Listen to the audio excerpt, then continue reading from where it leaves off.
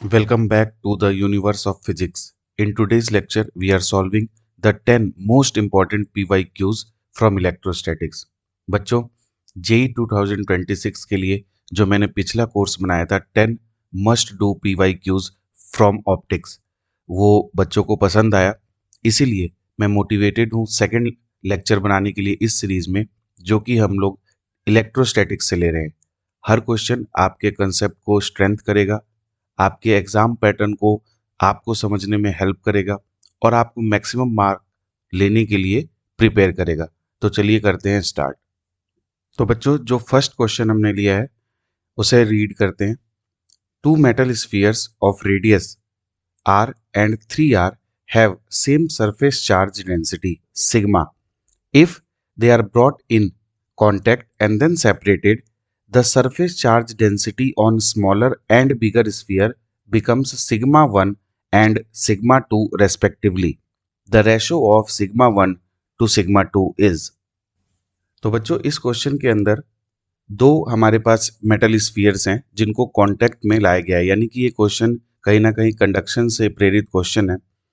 तो इस क्वेश्चन के अंदर हम लोग अकॉर्डिंग टू क्वेश्चन एक बार डायग्राम समझने की कोशिश करते हैं, कंसेप्ट समझते हैं, फिर क्वेश्चन को ट्राई करेंगे। अगर आप चाहते हैं खुद ट्राई करना क्वेश्चन को, तो आप ट्राई करिए वीडियो को पॉज करके और फिर आंसर मैच करिएगा।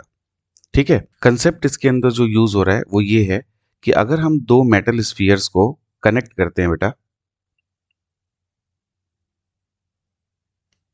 इनको कांटेक्ट में लाते हैं, है ना। तो अगर हम इनको कांटेक्ट में लाते हैं बेटा, तो जब दो मेटल स्फीयर्स कांटेक्ट में आएंगे तो वो एक दूसरे को क्या करेंगे, चार्ज ट्रांसफर करेंगे। और ये एक दूसरे को चार्ज तब तक ट्रांसफर करते हैं बेटा जब तक क्या नहीं होता, इन दोनों का पोटेंशियल जो है वो सेम नहीं हो जाता। तो बेसिकली कंसेप्ट क्या है कि जब भी दो मेटल स्फीयर्स को हम लोग कांटेक्ट में लाते हैं, वो एक दूसरे के साथ चार्ज शेयर करते हैं और एक दूसरे के साथ सेम पोटेंशियल पर आने की कोशिश करते हैं। ठीक है। अब किसी भी मेटल स्फीयर का जो पोटेंशियल होता है बेटा, वो कितना होता है, V is equal to sigma R by epsilon naught. ठीक है बच्चों। तो sigma R by epsilon naught, यहाँ पे आर क्या है, रेडियस ऑफ द स्फीयर है ना। आर रेडियस होती है और sigma obviously surface charge density है, एप्सिलॉन नॉट यहाँ पे परमिटिविटी ऑफ फ्री स्पेस है। ठीक है बच्चों। तो ये इसका कंसेप्ट है। अब अगर हम इस क्वेश्चन की बात करें, तो इस क्वेश्चन में अगर दोनों जो मेटल स्फीयर हैं उनको कांटेक्ट में लाके अलग कर दिया गया है, तो बाद में क्या हुआ होगा, दोनों का पोटेंशियल सेम हो गया होगा, V1 बराबर V2 हो गया होगा। ध्यान से देखें तो V प्रोपोर्शनल किस में है, सिग्मा और R के प्रोपोर्शनल है, एप्सिलॉन नॉट तो दोनों के लिए सेम है। तो हम ये रख सकते हैं कि सिग्मा 1 R1 बराबर होना चाहिए किसके बेटा, सिग्मा 2 R2 के, after the when they are separated, है ना बेटा। तो अब यहाँ पर पहले का सिग्मा सिग्मा 1 ही है, दूसरे का सिग्मा सिग्मा 2 है, पहले की रेडियस R है और दूसरे की रेडियस 3R है। तो हम इन वैल्यूज को इसके अंदर रखेंगे। तो सिग्मा 1 इंटू R बराबर होना चाहिए प्यारे बच्चों सिग्मा 2 इंटू 3R के। तो अगर हम R से R कैंसिल कर दें तो सिग्मा 1 बाई सिग्मा 2 की जो वैल्यू आ जाएगी प्यारे बच्चों, वो आ जाएगी 3। तो यहां से जो हमारा आंसर होगा इस क्वेश्चन का, वो क्या होना चाहिए बेटा, फोर्थ आंसर होना चाहिए। तो इस क्वेश्चन में हमने सीखा कि अगर दो मेटल स्फीयर्स एक दूसरे के साथ कांटेक्ट में आते हैं तो वो चार्ज शेयर करते हैं तब तक जब तक कि उनका पोटेंशियल सेम नहीं हो जाता। जब हम बात कर रहे हैं पोटेंशियल की, तो हम बेसिकली इलेक्ट्रिक पोटेंशियल बोल रहे हैं। Is it okay? सो अब मूव करते हैं बेटा क्वेश्चन नंबर 2 पे। तो क्वेश्चन नंबर 2 जो है बेटा, वो इलेक्ट्रिक डाइपोल का क्वेश्चन है इन ए यूनिफॉर्म इलेक्ट्रिक फील्ड। तो देखते हैं क्वेश्चन, पढ़ते हैं सबसे पहले। क्वेश्चन कह रहा है बेटा, अ dipole with two electric charges of 2 microcoulomb magnitude each with separation distance 0.5 micrometer is placed between the plates of a capacitor। तो बेटा एक डाइपोल को कैपेसिटर की प्लेट के बीच में रखा गया है such that its axis is parallel to an electric field established between the plates where a potential difference of 5 volt is applied। ठीक है। separation between the plates is 0.5 millimeter। If the dipole is rotated by 30 degree from the axis, it tends to realign in the direction due to a torque. तो बेटा जब हम लोग question पढ़ते हैं ना, तो हमें साथ साथ क्वेश्चन एनालाइज करना चाहिए कि क्वेश्चन कहाँ से पूछा गया है। तो देखिए इस क्वेश्चन में क्लियरली मुझे दिखाई दे रहा है कि एक डाइपोल है जो कि एक इलेक्ट्रिक फील्ड में रखा गया है, और वो इलेक्ट्रिक फील्ड जो है वो कैपेसिटर के प्लेट्स के बीच में है, और साथ साथ उस डाइपोल के ऊपर टॉर्क भी लग रहा है। तो यहाँ पर जो कंसेप्ट यूज होने वाले हैं बेटे, वो दो कंसेप्ट यूज होने वाले हैं। एक तो कि इलेक्ट्रिक फील्ड और पोटेंशियल का क्या रिलेशन है। तो प्यारे बच्चों, इलेक्ट्रिक फील्ड और पोटेंशियल का जो रिलेशन होता है वो हमें पता है, E is equal to V by D होता है ना। जहाँ पे ये जो डिस्टेंस है वो दोनों पॉइंट्स, जिन दोनों पॉइंट्स के बीच में हम पोटेंशियल डिफरेंस क्रिएट कर रहे हैं उनके बीच की डिस्टेंस है ना। यानी कि यहाँ पे कैपेसिटर के प्लेट्स की डिस्टेंस है। और सेकंड, जो टॉर्क लगता है, तो जो टॉर्क लगता है बेटा डाइपोल के ऊपर इलेक्ट्रिक फील्ड में, वो लगता है पी ई साइन थीटा। अगर इसे वेक्टर फॉर्म में लिखना चाहते हैं तो टॉर्क वेक्टर की जो वैल्यू होती है वो पी क्रॉस ई होती है। तो ये दोनों इसके अंदर लगने वाले हैं। अब हम इस क्वेश्चन को सॉल्व करने की कोशिश करते हैं इन दोनों कंसेप्ट्स के थ्रू। तो प्यारे बच्चों, यहाँ पे एक डाइपोल है जिसको हमने एक इलेक्ट्रिक जो कैपेसिटर है उसकी प्लेट्स के बीच में रख दिया है। तो उसके प्लेट्स के बीच में एक बार रखते हैं। तो मान लो हमारे पास एक कैपेसिटर ये है बेटा, और ये एक प्लेट हो गई प्लस सिग्मा, एक प्लेट हो गई माइनस सिग्मा, और यहाँ पर ये जो इलेक्ट्रिक फील्ड होगी वो कुछ ऐसी होगी। तो इलेक्ट्रिक फील्ड की वैल्यू होगी बेटा V बाई टी। यहाँ पे इन्होंने पोटेंशियल कितना दिया है, 5, है ना, 5 वोल्ट, ये देखो। और इन दोनों के बीच की सेपरेशन कितनी है, 0.5 माइक्रोमीटर। नहीं नहीं, प्लेट के बीच की डिस्टेंस तो 0.5 मिलीमीटर है, तो ठीक है, 0.5 मिलीमीटर के लिए 10⁻³ ले लेते हैं। तो यहाँ से इलेक्ट्रिक फील्ड की जो वैल्यू आ गई वो कितनी आ गई बेटा, 10⁻⁴ वोल्ट पर मीटर, है ना। इलेक्ट्रिक फील्ड की जो यूनिट होती है वो होती है वोल्ट पर मीटर। तो अब हम लोग टॉर्क की बात करें तो टॉर्क कितना लगता है बेटा, टॉर्क की वैल्यू होती है पी ई साइन थीटा, अभी हम लोगों ने लिखी है। यहाँ पे डाइपोल मोमेंट कितना दिया है, देखो डाइपोल मोमेंट दिया नहीं है तो हमें डाइपोल मोमेंट कैलकुलेट करना पड़ेगा। डाइपोल मोमेंट होता है Q into 2D, where 2D is the separation between the charges creating the dipole. E की वैल्यू कितनी दी हुई है, इलेक्ट्रिक फील्ड हमने 10⁻⁴ निकाल लिया। साइन थीटा, थीटा कितना दिया हुआ है 30 डिग्री, तो साइन 30 डिग्री रख देते हैं, है ना बच्चों। तो यहाँ से हमारे पास आ गया Q है 2 माइक्रोकुलम 10⁻⁻⁶, दोनों के बीच की डिस्टेंस है 0.5 माइक्रोमीटर 10⁻⁻⁶। अगेन यहाँ पे आ गया बेटा, और 10⁻⁴ और साइन 30 हो गया 1/2। तो ये कितना हो गया, 5 2 जा 10, और 10 से पॉइंट कट गया, और 10⁻⁴ है तो यहाँ से 10⁻⁻² बचा। तो मेरे ख्याल में आ गया 1/2 इंटू 10⁻⁻8। तो अगर हम इसको ऑप्शन के थ्रू ले जाना चाहें तो हम 10 से मल्टीप्लाई 10 से डिवाइड कर दें तो ये आ जाएगा 10⁻⁻9। तो ये क्लियरली बन रहा है 5 इंटू 10⁻⁹ तो ये ऑप्शन डी हमारा जो है वो करेक्ट हो जाएगा। तो ये जो क्वेश्चन था वो क्वेश्चन बेस्ड था इलेक्ट्रिक डाइपोल पे कितना टॉर्क लगता है यूनिफॉर्म इलेक्ट्रिक फील्ड में। ठीक है, चलते हैं क्वेश्चन नंबर 3 पे बेटा। तो बेटा ये है हमारा क्वेश्चन नंबर 3। इसके अंदर कह रहा है two charges Q1 and Q2 are separated by a distance of 30 centimetre. तो ये फिगर में दिखाया है, ये है बेटा Q1, ये है Q2, इन दोनों के बीच की डिस्टेंस है 30 सेंटीमीटर। ठीक है, a third charge Q3 initially at C, यहाँ पे है हमारा third charge, is moved along the circular path of radius 40 centimetre from C to D। तो इस चार्ज को बेटा हम C टू D लेके आए हैं ऐसे। ठीक है, if the difference in the potential energy due to the movement of Q3 from C to D is given by Q3K by 4πε, then the value of K is. तो बेटे इस question में जो कंसेप्ट यूज हो रहा है वो हो रहा है potential energy between two charges. तो बेटे potential energy between two charges होती है K Q1 Q2 by R। बहुत ही इजी फॉर्मूला है ना। तो अगर हम लोग इस पोटेंशियल एनर्जी को यूज करें और डिफरेंस इन पोटेंशियल एनर्जी निकालें तो कैसे कर सकते हैं। शुरू में देखिए जब इनिशियल पॉइंट था तब क्या था बेटा,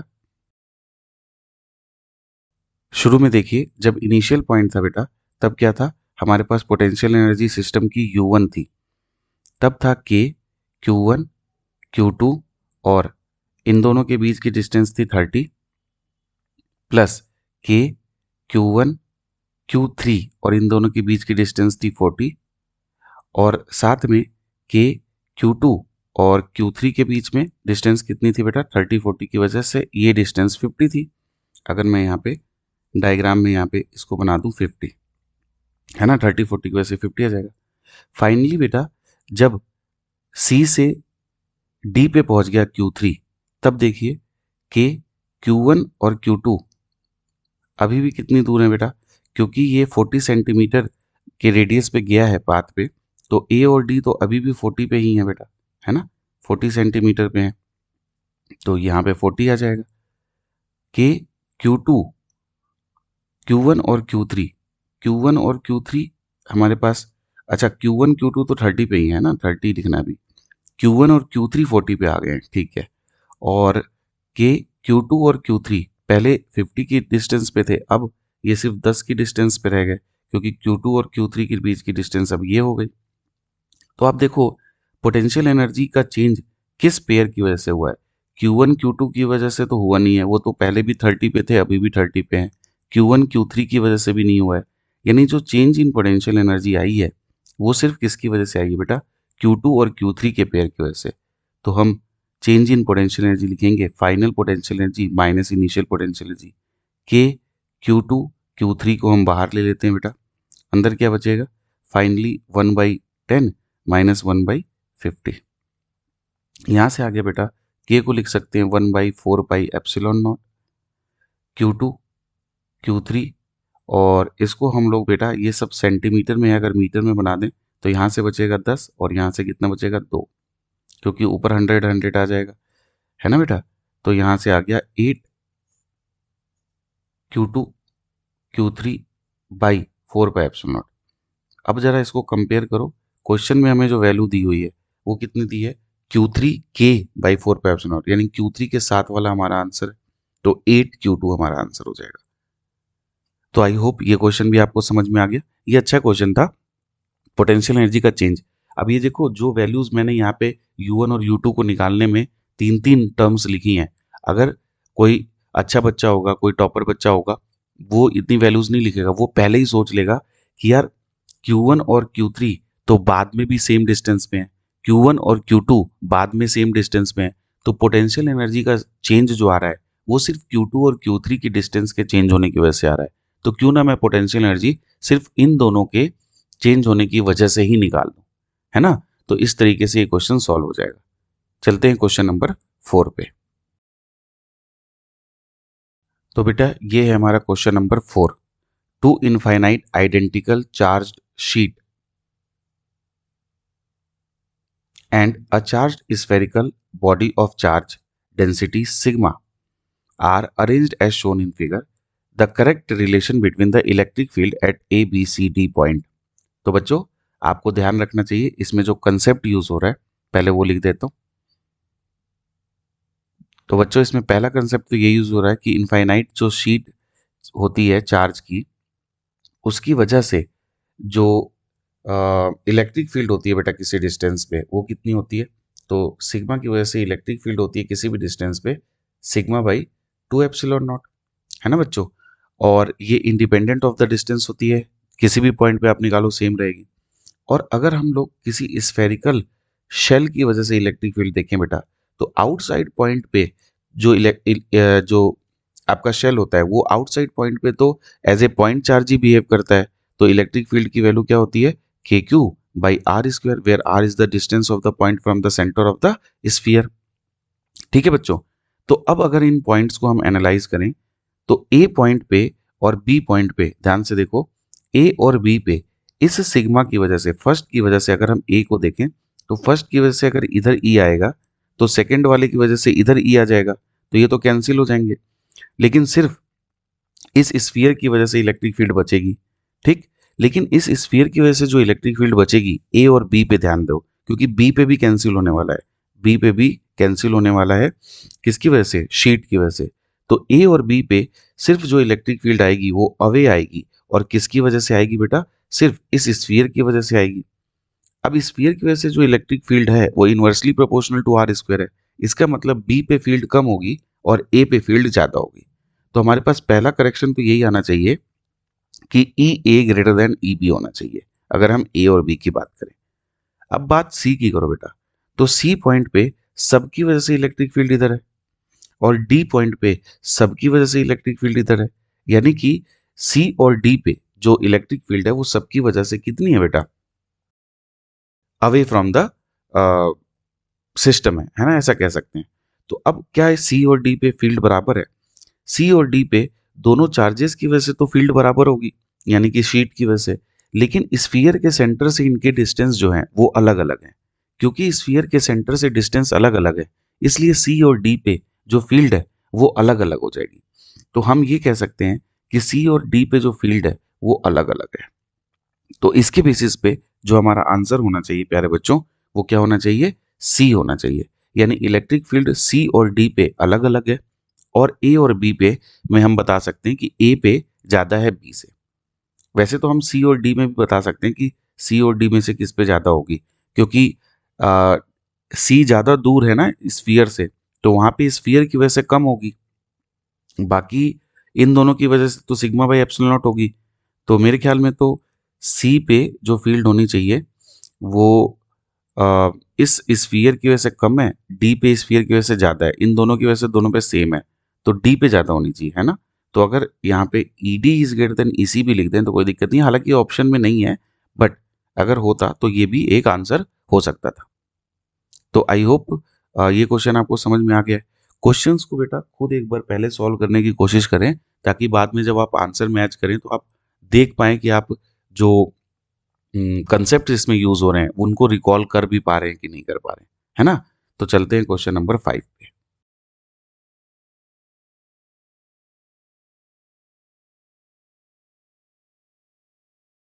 तो बच्चों ये आ गया हमारा क्वेश्चन नंबर 5। इस क्वेश्चन में कह रहा है, two large plate conducting plates are kept 10 centimeter apart as shown in figure. The potential difference between them is V. The potential difference between the points A and B is। तो प्यारे बच्चों again हमने ये सीखा था कि अगर दो पॉइंट्स हैं ए और बी, कोई भी दो पॉइंट्स, तो उनके बीच में जो पोटेंशियल डिफरेंस होता है बेटा, वो पोटेंशियल डिफरेंस होना चाहिए ई इंटू उनके बीच की सेपरेशन। अब ये जो सेपरेशन होती है ना बेटा, ये सेपरेशन जो होती है ये इन दोनों पॉइंट्स के बीच की परपेंडिकुलर सेपरेशन होनी चाहिए। अब ये परपेंडिकुलर सेपरेशन का क्या मतलब है, परपेंडिकुलर सेपरेशन का ये मतलब है बेटा कि अगर इलेक्ट्रिक फील्ड किसी एक जगह से दूसरी जगह पे जा रही है, मान लीजिए ये दो पॉइंट्स है हमारे पास, ये ए और ये बी, और इलेक्ट्रिक फील्ड ऐसे जा रही है, तो सेपरेशन हम लोग ये वाली लेंगे, है ना। जैसे इस क्वेश्चन के अंदर देखिए, इस क्वेश्चन के अंदर ए और बी की जो सेपरेशन है वो ऐसे तो 5 सेंटीमीटर है ना, लेकिन हम लोग जो सेपरेशन लेते हैं, वो सेपरेशन जो लेते हैं हम लोग, वो ऐसे लेते हैं हॉरिजॉन्टल डायरेक्शन में, यानी कि जिधर इलेक्ट्रिक फील्ड होगी। अब इसमें ऑब्वियसली आप लोग एक आर्गुमेंट ये कर सकते हैं कि सर इलेक्ट्रिक फील्ड तो इसमें शो की नहीं गई है, बट अगर दो प्लेट्स हैं बेटा, ऐसे मान लो ये दो प्लेट्स है, कंडक्टिंग प्लेट्स हैं, तो इनके बीच में इलेक्ट्रिक फील्ड एक प्लेट से दूसरी प्लेट के बीच में ही होगी, है ना बच्चा। इतना हमें थोड़ा सा अज्यूम करना पड़ेगा, अदरवाइज हम इस क्वेश्चन को नहीं बता पाएंगे। तो अब इसमें जो परपेंडिकुलर डिस्टेंस है, अगर ये 5 और ये 3 है तो ये 4 सेंटीमीटर होगी। तो ए और बी ये दोनों पॉइंट के बीच में जो पोटेंशियल होगा वही सी और बी के बीच में भी होगा, क्योंकि सी और बी भी उतनी ही दूर है। ए और सी का पोटेंशियल जो है यहाँ पे सेम होगा बेटा, है ना, क्योंकि इलेक्ट्रिक फील्ड के जो परपेंडिकुलर लाइन होती है वो इक्वी पोटेंशियल सरफेस होती है ना बच्चों। तो अब हम इसको क्या लिख सकते हैं कि डेल्टा वी की जो वैल्यू होगी वो होगी ई इंटू डेल्टा डी। तो ई की वैल्यू कितनी हम लोगों को दी हुई है, 10 centimetre apart, potential difference B है ना। तो हम लोगों को निकालना है कि इन दोनों के बीच में कितना होगा। तो अगर हम लोग ई की वैल्यू को लिख लें, कितना लिख लें, पहले इन दोनों के बीच का पोटेंशियल डिफरेंस v है जब ये लोग 10 सेंटीमीटर अपार्ट हैं, तो पहले ऐसे कर लेते हैं कि v is equal to E by D, sorry E into D. तो यहाँ से हम लोग ई पहले निकाल लें, पहले पोटेंशियल है v जब सेपरेशन 10 है, तो अब कितना होगा, तो अब ई की वैल्यू हम लोग रख देते हैं v बाई 10, और अब सेपरेशन दोनों पॉइंट्स के बीच में कितना है 4, तो हम 4 v बाई 10 लिख सकते हैं। 4v/10, ऐसा कोई ऑप्शन दिख रहा है? 2/5v, फोर्थ ऑप्शन दिख रहा है। तो मेरे ख्याल में तो यही आंसर हो जाएगा। तो इसमें मैंने क्या किया है, पहले एक इंफॉर्मेशन से ई निकाला है, फिर उस इंफॉर्मेशन का यूज किया है दूसरे के पोटेंशियल डिफरेंस को निकालने के लिए। ठीक है, चलते हैं क्वेश्चन नंबर 6 पे। तो बच्चों, ये जो क्वेश्चन नंबर 6 है, ये बेस्ड है सर्कुलर लूप यानी कि यूनिफॉर्मली चार्ज्ड रिंग के किसी एक्सियल पॉइंट पे जो इलेक्ट्रिक फील्ड होती है उसके ऊपर डिपेंड करता है ये क्वेश्चन। तो पहले मैं आपको कंसेप्ट समझा देता हूँ, ये पहले क्वेश्चन पढ़ लेते हैं। Consider a circular loop that is uniformly charge has a radius of a√2. Find the position along the positive z axis of the Cartesian coordinate system where the electric field is maximum if the ring was assumed to be placed in xy plane at the origin. तो प्यारे बच्चों, अगर मैं एक ring बना लूं, ये ring हुई हमारी, है ना, इसका ये एक्स वाई प्लेन हो गया, मान लीजिए ये वाई प्लेन हो गया और ये एक्स प्लेन हो गया। ठीक है, थोड़ा सा ऐसे बना रहे हैं क्योंकि 3 डायमेंशनली बना रहे हैं। तो जेड प्लेन तो कौन सा होगा, ये वाला प्लेन हो जाएगा जेड। ठीक है, इसको थोड़ा और इधर बना लेता हूँ, ये जेड प्लेन हो गया बेटा। तो इस जेड प्लेन में जो इलेक्ट्रिक फील्ड इंटेंसिटी होती है इस चार्ज रिंग की वजह से, इस चार्ज रिंग की वजह से वो कितनी होती है प्यारे बच्चों? तो वो जो होती है उसकी वैल्यू होती है E = KQ(x)/r² प्लस x² की पावर 3/2। बेटे वैल्यूज तो आपको याद रखनी पड़ेगी, अगर आप वैल्यूज नहीं याद रखेंगे तो क्वेश्चन में आप यूज कैसे करेंगे उनको। तो अगर ये पॉइंट P है बेटा, जो इसके सेंटर से x डिस्टेंस पे है, तो उस पे इलेक्ट्रिक फील्ड की वैल्यू ये होती है, और अगर ये पॉजिटिवली चार्ज है तो ऑब्वियसली इलेक्ट्रिक फील्ड अवे होगी। ठीक है, अब ये इलेक्ट्रिक फील्ड मैक्सिमम कब होगी? तो बच्चों, इलेक्ट्रिक फील्ड मैक्सिमम तब होगी जब इलेक्ट्रिक फील्ड का जो रेट ऑफ चेंज है विद द पोजीशन वो जीरो हो जाएगा इस पॉइंट के लिए। तो dE/dx जीरो हो जाएगा। अब इसका डिफ्रेंसिएशन अगर हम लोग करें तो KQ(x)/r² प्लस x² की पावर 3/2 है। तो बेटे यहाँ पे हम लोग लगा सकते हैं U/V फॉर्मूला, है ना, U/V फॉर्मूला जो लगता है डिफरेंशिएशन के लिए उसको यूज करते हैं। तो dE/dx की वैल्यू क्या आ जाएगी बेटा? क्योंकि इसको जीरो रखना है, वैसे तो नीचे आता है v², तो मैं नीचे वाले का स्क्वायर कर नहीं रहा हूँ क्योंकि ये तो इधर जीरो आके जीरो ही होने वाला है ना, क्योंकि ये फाइनली इधर तो जीरो आने वाला है। तो ऊपर वाली वैल्यूज लिखते हैं। तो सबसे पहले v को तो ऐसे ही रहने देते हैं, r² प्लस x² की पावर 3/2, और du/dx लिखते हैं। du/dx में आ जाएगा हमारे पास KQ, क्योंकि x का 1 हो जाएगा, फिर माइनस KQ(x) को ऐसे ही रखेंगे, है ना, और d/dx इसका करेंगे। इसको थोड़ा सा इधर लिख लेता हूँ, एक सेकंड रुक जाओ, जगह थोड़ी कम पड़ेगी इसमें। तो अब KQ(x) को ऐसे ही रख लेंगे और d/dx इसका करेंगे नीचे वाली वैल्यू का। तो नीचे वाली वैल्यू का हो जाएगा 3/2 इंटू r² प्लस x² की पावर 3/2 माइनस 1, तो ये 1/2 इंटू r² का 0 और x² का 2x, ये सारी वैल्यू को 0 रख दो। तो हमारे पास आ गया r² प्लस x² की पावर 3/2 है। तो इसको एक बार ऐसे लिख लेते हैं और एक बार 1/2 के साथ लिख लेते हैं। यहाँ पे आ गया KQ, इसको लिख लेते हैं KQ(x), और यहाँ पे आ गया 2x, और ये रूट वाला भी आ गया और 3/2 भी ले, तो 3/2 से 2 काट दो पहले, तो 2 हटा लो, 3 यहाँ लिख लो, और यहाँ पे बचेगा तुम्हारे पास r² प्लस x² की पावर 1/2। 1/2 वाले से 1/2 ले लिया, काट दिया। अब यहाँ पे क्या बचा हमारे पास, KQ से KQ उड़ गया, तो यहाँ से बचा r² प्लस x² बराबर 3, और यहाँ पे ये x था हमारे पास और एक ये वाला x था, तो यहाँ पे x² आना चाहिए था, तो ये आ गया x²। तो r² की वैल्यू कितनी आ गई, 2x²। तो अब बेटा यहाँ से x की वैल्यू क्या आ जाएगी, x की वैल्यू आ जाएगी r/√2। अब इन्होंने r कितना दिया है, a√2, तो x की वैल्यू हो गई a√2/√2। तो √2 से √2 गया, हमारा आंसर आ गया a। तो यहाँ पे आंसर हो जाएगा a।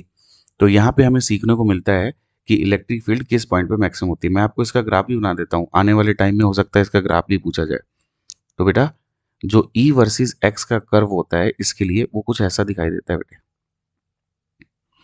जहाँ पे ये r/√2 पे मैक्सिमम फील्ड होती है, और ई मैक्सिमम की वैल्यू कितनी होती है, जरा अब आप सोच के बताइए और कमेंट सेक्शन में कमेंट करिए कि ई मैक्सिमम की वैल्यू r/√2 पे कितनी होगी। सो ये बड़ा अच्छा क्वेश्चन था, है ना। वैसे तो ये मेमोरी बेस्ड क्वेश्चन था, अगर आप मेमोरी बेस्ड दे पाते r/√2, सारे टीचर्स लिखवाते हैं कि r/√2 पे मैक्सिमम होता है। मैं चाहता तो r/√2 पे मैक्सिमम भी लिखवा देता और सीधे आगे बढ़ जाता नेक्स्ट क्वेश्चन पे, बट मैं दिखाना चाहता था कि आंसर आता कैसे है। ठीक है, तो चलते हैं अपने नेक्स्ट क्वेश्चन, क्वेश्चन नंबर 7 पे। तो ये है बेटा क्वेश्चन नंबर 7, इसे पढ़ते हैं। Small Bob 100 milligram and charge 10 microcoulomb is connected to an insulating string of length 1 meter. It is brought near to an infinitely long non-conducting sheet of charge density sigma. If the string subtends an angle 45 degree with the sheet at equilibrium, the charge density of the sheet will be. तो बेटे इस question के अंदर जो concept use हो रहा है वो क्या होगा, इस क्वेश्चन को दो चीज़ों से मिला के बनाया गया है। पहली चीज़ तो ये कि आपको इलेक्ट्रिक फील्ड पता होनी चाहिए शीट की वजह से, जो कि होगी सिग्मा बाई 2 एप्सिलॉन नॉट। दूसरा, आपको फ्री बॉडी डायग्राम बनाने आने चाहिए। तो यहाँ पे अगर इक्विलिब्रियम है बेटा, तो सोच के देखिए यहाँ पे क्या लग रहा होगा, नीचे mg। इस सीट की वजह से यहाँ पे इलेक्ट्रिक फील्ड है, तो ये इलेक्ट्रिक फील्ड जो है वो एक फोर्स देगी, इलेक्ट्रोस्टैटिक फोर्स। दूसरा, यहाँ पे स्ट्रिंग के अंदर टेंशन होगी, अगर ये एंगल 45 है तो यहाँ पे भी 45 होगा। तो ऊपर टेंशन का एक कंपोनेंट आएगा t cos 45 और इधर क्या आएगा t sin 45। तो अगर हम इस क्वेश्चन को सॉल्व करें तो बेटा इक्विलिब्रियम के लिए नेट फोर्स जीरो होना चाहिए। नेट फोर्स जीरो होना चाहिए तो t sin थीटा किसको बैलेंस कर रहा है, F इलेक्ट्रोस्टैटिक को, जिसकी वैल्यू है Q इंटू ई। और t cos थीटा किसको बैलेंस कर रहा है, mg को। तो प्यारे बच्चों, यहाँ से अगर हम दोनों इक्वेशन का रेशो ले लें तो टेन थीटा की वैल्यू क्या आ जाएगी, Q E by M G. But यहाँ पे एंगल 45 है बेटा, तो 1045 क्या होता है, 1045 होता है 1। अगर 1045 1 है तो इससे तो हमें पता चल गया कि क्यू ई की वैल्यू किसके बराबर है, एम जी के। क्लियर।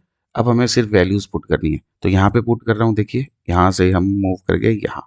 तो क्यू कितना है बेटा, क्यू है 10 माइक्रो कुलाम और ई कितना है, ई सिग्मा बाई एप्सिलॉन। तो ये तो सारी वैल्यूज रखनी पड़ेगी हम लोग को। तो सिग्मा की वैल्यू हम लोग क्या ले लें, यहाँ पे सिग्मा, अच्छा सिग्मा ही निकालना है क्या, ठीक है, तो सिग्मा निकालना है, charge density of the sheet. Okay, तो sigma by 2 epsilon naught, 2 epsilon naught की वैल्यू है 8.85 इंटू 10⁻⁻12 और एम जी की वैल्यू हो जाएगी कितनी, एम जी है 100, मिली के लिए 10⁻³ और जी की वैल्यू 10। तो ये तो स्वाहा हो गया। यहाँ से आ गया कितना बेटा, 10⁻⁻5 सिग्मा, और ये किसके बराबर है, 2 इंटू 8.85 इंटू 10⁻⁻12 के। तो अगर हम इनको सॉल्व करेंगे तो सिग्मा की जो वैल्यू आएगी वो आएगी बेटा 1.77 नैनो कूलम। ठीक है ना, कितनी आ जाएगी, 8 दूनी 16 है ना, 17 आ रहा है। ठीक है, तो 1.77 नैनो कूलम पर मीटर। तो ये हमारा आंसर हो जाएगा। ठीक है, इस क्वेश्चन के अंदर। तो ये था क्वेश्चन नंबर 7। तो ये है बेटा question number 8। Question number 8 again case है electric dipole in a uniform electric field का। इसके अंदर कह रहा है an electric dipole is placed at a distance 2 centimetre from an infinite plane sheet having a positive charge density sigma naught. ठीक है, तो चूज द करेक्ट ऑप्शन। तो ऑप्शन में इन्होंने फोर्स की, टॉर्क की और पोटेंशियल एनर्जी की बात की है।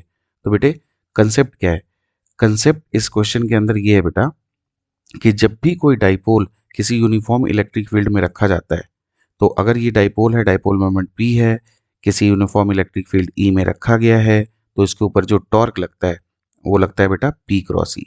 ये हमने पहले भी बात की है। तो ये फर्स्ट कंसेप्ट जो इसमें यूज हो रहा है। दूसरा बेटा पोटेंशियल एनर्जी।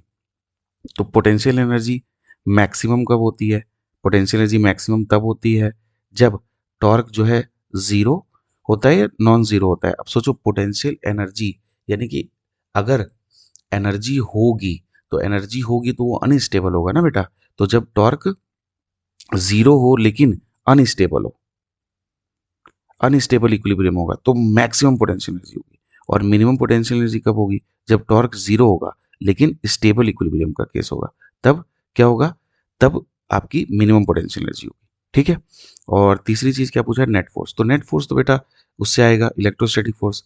अब देखो इलेक्ट्रिक फील्ड की वैल्यू यहाँ पे भी कितनी है बेटा, ई, और यहाँ पे भी कितनी है, ई। तो दोनों पे जो फोर्स लगेगा, इस पे लगेगा इधर और इस पे लगेगा इधर, तो ये फोर्सेस जो हैं वो इक्वल एंड अपोजिट हैं, तो नेट फोर्स तो जीरो हो गया। तो किसी भी यूनिफॉर्म इलेक्ट्रिक फील्ड में जो नेट फोर्स होता है डाइपोल पे, वो जीरो होता है। समझ गए? तो नेट फोर्स जीरो होता है, और नेट टॉर्क जो होता है वो नॉन जीरो होता है, लेकिन वो डिपेंड करता है, कभी कभी जीरो भी होगा, वो तो अलाइनमेंट पे डिपेंड करेगा कि साइन थीटा की वैल्यू क्या है। इस केस में डाइपोल मोमेंट किधर है बेटा, एक्स में, और आपकी इलेक्ट्रिक फील्ड भी किधर है, एक्स में। तो पी और एक्स दोनों, पी और इलेक्ट्रिक फील्ड दोनों ही एक्स में है। तो क्योंकि बेटा दोनों ही एक्स में है, तो यहाँ पे थीटा की वैल्यू कितनी आ गई दोनों के बीच में, जीरो। तो टॉर्क कितना हो गया, जीरो। तो अगर हम ध्यान से देखें तो नेट फोर्स भी जीरो है, नेट टॉर्क भी जीरो है। टॉर्क जब जीरो होता है तो पोटेंशियल एनर्जी मैक्सिमम हो सकती है और मिनिमम हो सकती है। अब ऑप्शन के थ्रू जाते हैं। Net torque is zero, net force is directed away, तो ए गलत हो गया। Potential energy is minimum and torque is zero, yes. Stable equilibrium का केस है, क्यों, क्योंकि थीटा जीरो है, तो पोटेंशियल एनर्जी मिनिमम होगी और टॉर्क जीरो होगा। Potential energy torque both are maximum, no, torque zero है। Torque is zero, net force act towards it, no, net force भी जीरो है। तो ऑप्शन क्या आ जाएगा, बी आ जाएगा इस क्वेश्चन के अंदर। ठीक है, तो ये था क्वेश्चन नंबर 8। मूव करते हैं क्वेश्चन नंबर 9 पे। तो बेटा ये है क्वेश्चन नंबर 9। इस क्वेश्चन में दो कंसेप्ट यूज हो रहे हैं। पहला कंसेप्ट तो ये यूज हो रहा है कि जब भी इलेक्ट्रिक डाइपोल को हम लोग रखते हैं किसी यूनिफॉर्म इलेक्ट्रिक फील्ड में, तो टॉर्क कितना लगता है। दूसरा बेटा एसएचएम का टाइम पीरियड पूछ रहा है वो, या ऑसिलेशन का टाइम पीरियड पूछ रहा है। तो बेटा सोचो, जब भी आप एक डाइपोल को किसी इलेक्ट्रिक फील्ड से थीटा एंगल घुमाओगे, तो इसके ऊपर एक टॉर्क लग जाएगा। मान लो ये डाइपोल है, थीटा एंगल आपने घुमा दिया, तो टॉर्क कितना लगा बेटा, पी ई साइन थीटा। ये टॉर्क क्या चाहता है, ये टॉर्क चाहता है कि ये वापस इलेक्ट्रिक फील्ड के डायरेक्शन में डाइपोल को अलाइन कर दे। तो हम ये कह सकते हैं ना कि ये जो टॉर्क है पी ई साइन थीटा, ये किसके बराबर होगा बेटा, आई अल्फा के। अब अगर थीटा बहुत स्मॉल है, थीटा इज वेरी स्मॉल, क्यों, क्योंकि हम इसे एस एच एम के लिए लिखना चाहते हैं। तो अगर थीटा बहुत स्मॉल है, तो थीटा अगर स्मॉल होगा बेटा, तो हम साइन थीटा को सिर्फ थीटा लिख सकते हैं। तो पी ई थीटा किसके बराबर होगा बेटा, आई अल्फा के। जहां पे आई क्या है बेटे, मोमेंट ऑफ इनर्शिया। पी को लिख सकते हैं क्यू इंटू एल, ई को ई रहने देते हैं, थीटा को थीटा रहने देते हैं, आई। अब बेटा अगर डाइपोल में दो चार्जेस हैं, एक ये क्यू चार्ज है, एक और क्यू चार्ज है, ये दोनों L/2 के एक्सिस के अबाउट घूम रहे हैं, बोलो हाँ या ना। तो इसका मतलब मैं लिख सकता हूँ कि 2m मास जो है वो L/2 पे घूम रहा है। तो आई क्या होता है, एम आर स्क्वायर, तो एम आर स्क्वायर इंटू क्या लिख दिया बेटा, अल्फा। यहाँ से थीटा बाई अल्फा की वैल्यू क्या आ जाएगी, 2m into L square by 4 into 1 upon में Q इंटू एल इंटू ई। एल से एल कट गया बेटा, 2 से 2 काट देंगे, तो यहाँ से आ जाएगा थीटा बाई अल्फा की वैल्यू जो आएगी बेटा, इसका मैग्नीट्यूड वो कितना आ जाएगा, एम एल बाई 2 QE। इसको थोड़ा अच्छे से लिख देता हूँ, एम एल अपॉन में 2 QE। ठीक है बेटा, यहाँ पे E की वैल्यू E नॉट है, तो टाइम पीरियड की वैल्यू होती है 2 pi under root magnitude of theta by alpha, क्योंकि इसी से ओमेगा मिलता है बेटा। तो टाइम पीरियड की वैल्यू हो गई 2 pi under root M by QE0 × 2। तो ऐसा ऑप्शन कौन सा है, 1 में ऊपर 2 है, डी। सो डी आंसर इसका हो जाएगा 1/2 पाई, क्योंकि इन्होंने क्या पूछा है, अच्छा टाइम पीरियड पूछा है, तो ये डी नहीं होगा, क्योंकि 1/2 पाई आएगा ना, तो सी होगा 2 पाई ml/2 QE0। तो सी इज द करेक्ट आंसर। सो बेटा हम लोग आ गए हैं अपने लास्ट क्वेश्चन, क्वेश्चन नंबर 10 पे। ये question basically memory based question ही है। इस क्वेश्चन को पढ़ते हैं। कह रहा है दो लिस्ट है आपके पास, इन लिस्ट को इलेक्ट्रिक फील्ड के अकॉर्डिंग जो है वो मैच करना है। तो electric field inside of A uniformly charge spherical shell with surface charge density sigma. तो बेटा ऑब्वियसली शेल के अंदर तो कोई फील्ड होती ही नहीं है, तो ए का जो आंसर आना चाहिए वो क्या आना चाहिए, 0। तो ए का तो आ जाएगा हमारे लिए थर्ड। क्वेश्चन तो यहीं खत्म हो जाता है, क्योंकि ये सिर्फ एक ही ऑप्शन में ए का थर्ड दिया हुआ है, बट आगे भी पढ़ लेते हैं। Electric field at a distance from a uniformly charge infinite plane sheet. आज हमने इतने क्वेश्चन किए प्लेन शीट के ऊपर, तो सिग्मा बाई 2 एप्सिलॉन नॉट, ये सेकंड आ जाएगा, तो बी का आ जाएगा second. Electric field outside of a shell, ये भी पढ़ा है आज हमने। आउटसाइड द शेल के लिए वो पॉइंट चार्ज की तरह बिहेव करता है, तो पॉइंट चार्ज पे के क्यू बाई आर स्क्वायर, यानी कि के क्यू बाई आर स्क्वायर के हिसाब से डी का क्या आ जाएगा, सॉरी सी का आ जाएगा फोर्थ, क्योंकि sigma by epsilon naught R square हो जाएगा, ठीक है। और electric field between two oppositely charge infinite, अगर दो शीट है तो सिग्मा बाई एप्सिलॉन नॉट दोनों ऐड होंगे, sigma by epsilon naught sigma by two epsilon naught add होकर सिग्मा बाई एप्सिलॉन नॉट बना देंगे, तो डी की वैल्यू आ जाएगी फर्स्ट। तो ये बेसिकली जो था ये मेमोरी बेस्ड क्वेश्चन था, इस क्वेश्चन को सॉल्व करने में 10 सेकंड भी नहीं लगना चाहिए, है ना। तो आज हम लोगों ने ये 10 must do previous year questions किए। अगर आपको ये सीरीज पसंद आ रही है तो आप बताइए अगला कौन सा चैप्टर मैं लेके आऊं 10 मस्ट PYQs के साथ। और इस वीडियो को लाइक करिए, चैनल को सब्सक्राइब करिए अगर आप चैनल पे न्यू हैं, और अपने फ्रेंड्स के साथ इस वीडियो को शेयर भी करिए।